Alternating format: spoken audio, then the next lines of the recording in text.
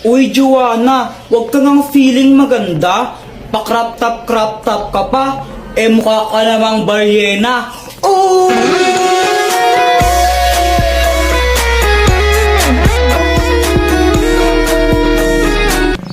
Ano bang pake mo kung naka-crop top ako? At saka kung makapagsalita ka, kala mo pogi ka. Ang pangit mo lang, tanga.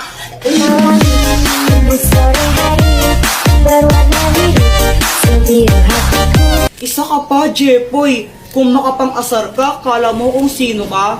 Tumingin ka nga sa salamin. Ang pangit mo na nga, supot ka pa. Emotional damage.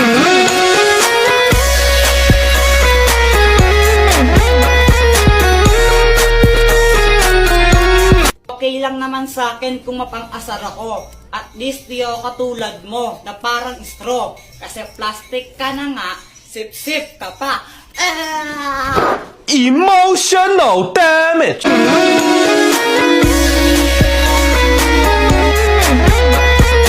Tapos na ang labanan. Sino nga ba ang panalo? Team boys o team girls?